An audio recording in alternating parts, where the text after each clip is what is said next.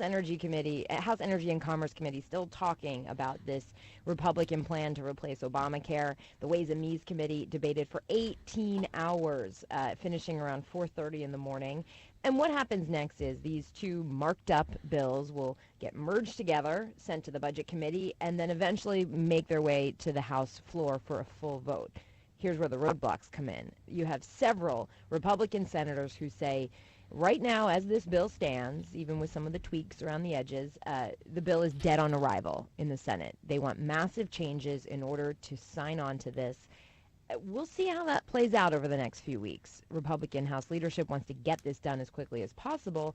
There are some in the Senate saying, hold on, let's put on the brakes and slow this down. We want to negotiate. The Commonwealth of Kentucky created, it was ACA Obamacare. They called it KY or Kentucky Connect. It was extremely popular. People who did not have health care, could not afford health care, had kids with existing conditions, bought into it, loved it. They voted for Donald Trump. Right. And I think that there are a lot of people, the light bulb is going on. Yeah. And they're beginning to say, don't mess with a good thing. And yet the Republicans, they keep saying that Obamacare is broken. And they've got, after 7 years, have come up with a plan, which they didn't want anybody to know about until the absolute last minute.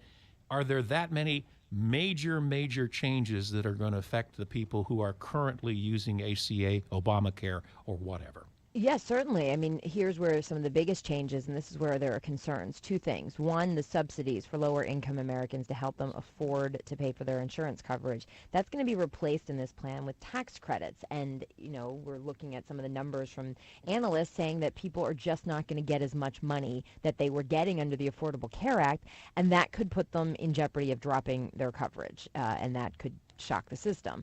Also, the Medicaid expansion. There was this federal money that was going to states to help with Medicaid, and that will be frozen in 2020. That money will not be there anymore. And you have a couple moderate Republicans from states like Ohio, West Virginia, Colorado, and Alaska saying, our states rely on this. We need this. You cannot take this money away because we're going to have a significant problem with people losing coverage.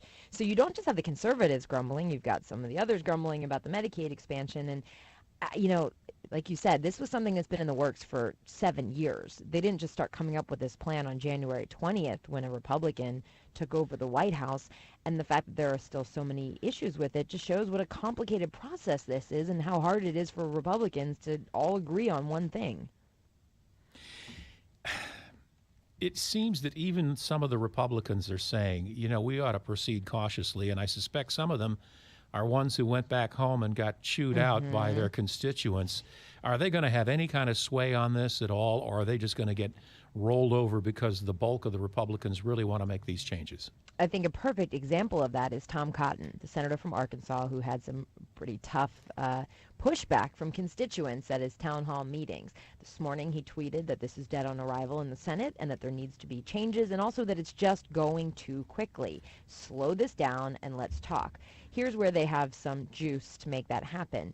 It's a very slim majority in the Senate right now. If you assume that Susan Collins of Maine is not voting for this because of the defunding of Planned Parenthood, they can't lose more than 1 or 2 Republicans or else this will go down. So they have to listen to the Tom Cottons, the Rand Pauls, the Ted Cruzes.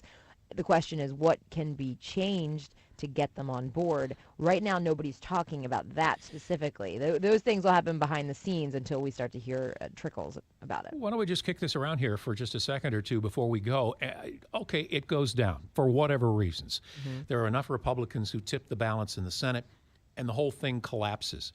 The Republicans are going to have to circle the wagons, come back around and do it again, because this is one of their major campaign promises. Absolutely. And I read something that I thought put it really smartly, that they have essentially been doing this and talking about repealing this for 4 election cycles now. The Affordable Care Act passed in early 2010. So you had the midterms, then the presidential election, then a midterm, then a presidential election. And now they have the ability to make it happen because there is a Republican in the White House. It's the time for talk is over. You have to get down to the actual work here. And if it fails this time around, well, that's a significant blow to the Republicans. And who's to blame for that? Is it the leadership? Is it Paul Ryan? I mean, right now, the White House is getting involved, making a significant sales pitch. They say they're all in on this, full court press, but at the same time, don't call it Trump care just yet. It's not our bill, it's theirs, but we're going to help make it get across the finish line. Well, while the members of Congress get their beauty rest, Karen Travers has been busily working and joining us this morning. Do me a favor, name drop here. When you see Jared Rizzi, Yes. punch him in the arm for me and tell him it's from Doug, okay? Okay. I've known Jared for years, and he's good people, just as you are. And thank you so much for your time. Thank you. Karen.